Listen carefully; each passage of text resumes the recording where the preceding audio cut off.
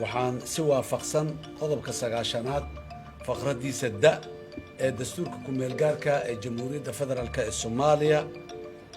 aan xilka ra'iisul wasaaraha xukuumadda federaalka Soomaaliya u magacaabay mudane Xamza Cabdi Barre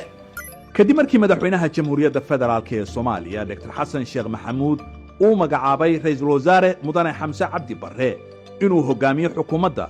waxa markiiba uu soo dhisay golihiisa wasiirada ee xukuumadda dan qaran oo baarlamaanka iyo shacabka Soomaaliyeed u soo bandhigtay barnaamijka xukuumadda oo ka kooban 6 tiir ee kala ah tiirka dib u xoreynta iyo sugidda amniga tiirka cadaaladda iyo garsoorka tiirka Soomaali heshiisa tiirka isku filnaansho dhaqaale tiirka horumarinta arrimaha bulshada iyo tiirka Soomaali heshiis la dunida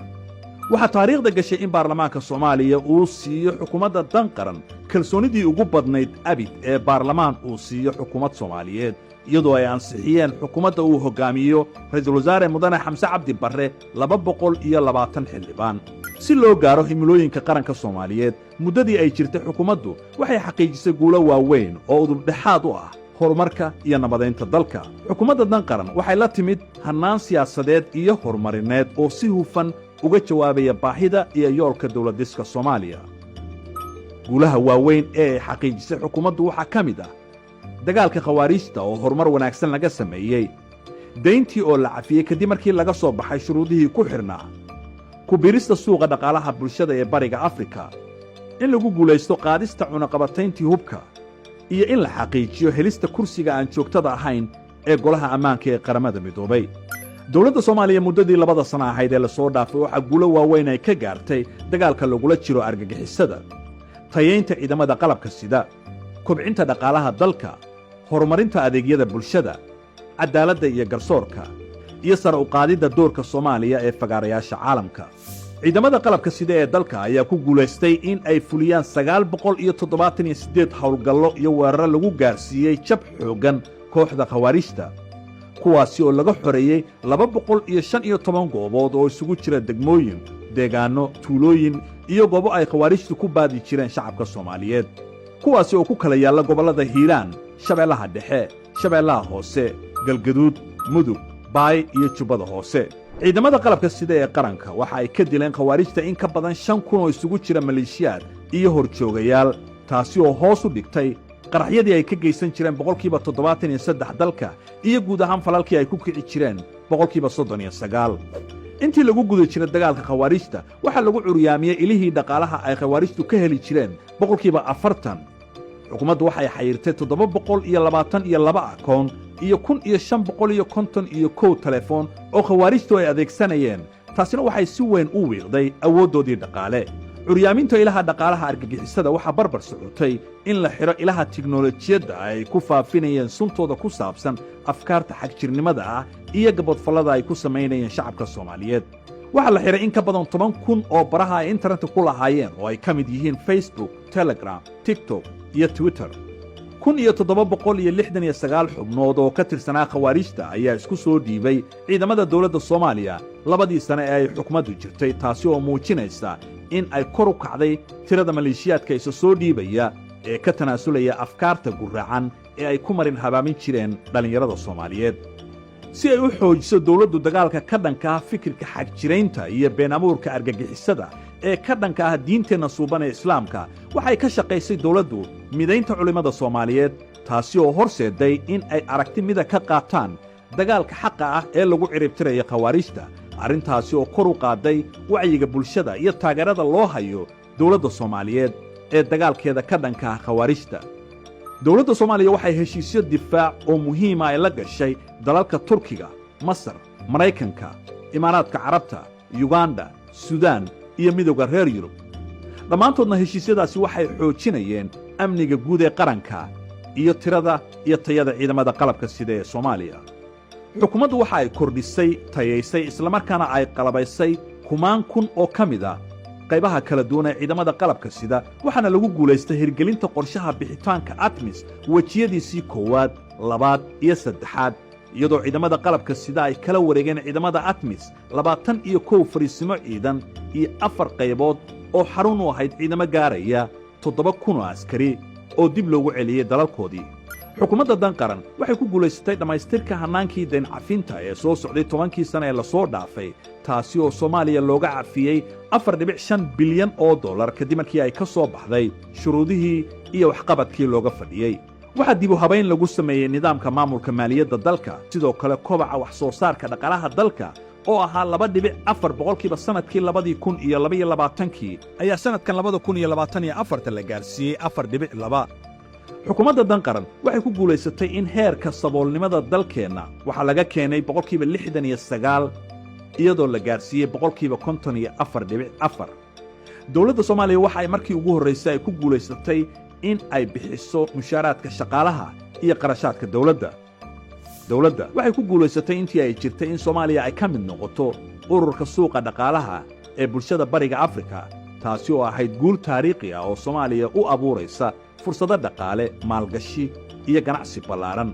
xukuumaddu waxay ku guulaystay in Soomaaliya laga qaado cunaqabatayntii hubka ee saarnayd ilaa 1992 guushaasi oo waddankeena u suurtagelinaysa dhisitaanka ciidan qaran oo awood adag leh dowladda Soomaaliya waxay xaqiijisay in Soomaaliya ay hanato markii ugu horreysay muddo ka badan 50 sano in ay xubin ka noqoto kuraasta aan joogtada ahayn ee 15 xubnood ee golaha amniga ee qaramada midoobay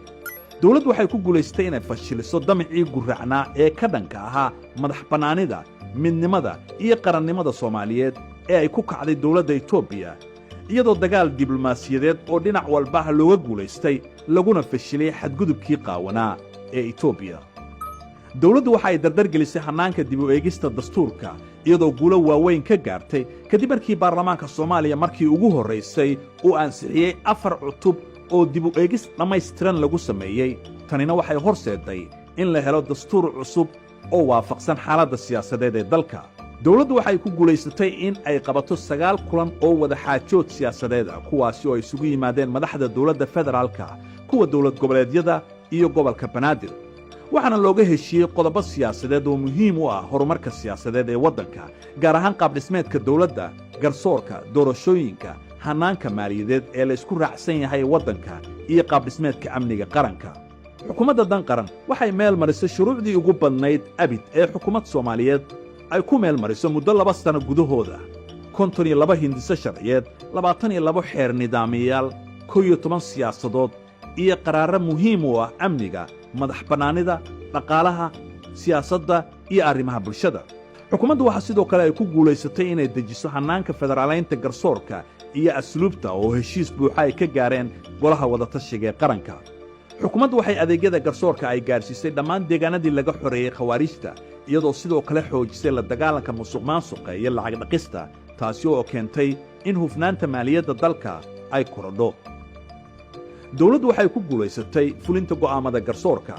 taasina waxay abuurtay inay kor u kacdo kalsoonida dadweynaha ay ku qabaan maxkamadaha dalka oo maareeyey in ka badan 31 oo dacwadood 2 sano ee la soo dhaafay waxaana dhinaca kale ciidanka dowladda ay burburiyeen maxkamad beenaadyadii khawaarijta ay dadka ku baadi jireen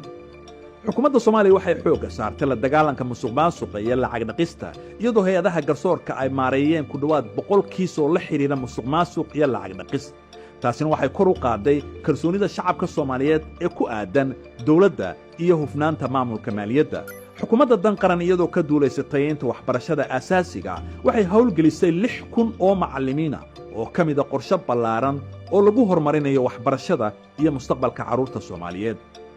xukuumaddu waxa markii ugu horreysay ay tayeysay adeegyadii xujayada Soomaaliyeed waxaana hoos loo dhigay qarashkii lagu xajin jiray 8% dowladdu waxay ku guulaystay inay gaarsiiso deegaanadii la xoreeyey adeegyada caafimaadka biyaha waxbarashada cadaaladda iyo booliiska iyadoo gargaar sidoo kale la gaarsiiyey dad ka badan 200 oo kun oo qof oo ku noolaa deegaanadii laga safeeyey khawaarijta xukuumadda dan qaran waxay ku soo beegantay xilli dalku wajahayay 2 marxaladood oo kala daran xaaladda amniga oo aad u liidatay tii oo deganaansho siyaasadeedna aanay jirin iyo iyadoo waddanku qarka u saarnaa macluul ba'an oo saamayn lahayd malaayiin qof oo Soomaaliyeed 8.3 milyan oo qof oo kala bar bulshadeenna ay soo wajahaysa cunto yari ba'an waxaana lagu guulaystay in laga hortago in waddanka aanay ka dhicin macluul kadib dadaal xoogan oo ay gelisay xukuumadda dan qaran oo kaashanaysa shacabkeeda iyo beesha caalamka waxaa gurmad degdeg ah ay dowladdu gaarsiisay 1,300,000 oo qoys oo Soomaaliyeed waxaana si hufan ay u maaraysay daadadkii iyo fatahadihii ka dhacay dalka sannadkii 2023 xukuumadda iyadoo kaashanaysa dadweynaha Soomaaliyeed iyo deeq-bixiyaasha waxay hirgelisay 228 kilomitir waddooyin laami ah oo laga dhisay magaalooyinka Muqdisho, Baydhabo, Kismaayo iyo Garowe. xukuumadda danqaran waxay ku guulaysatay in ay ka dhabayso ballanqaadyadii ay u samaysay shacabka Soomaaliyeed.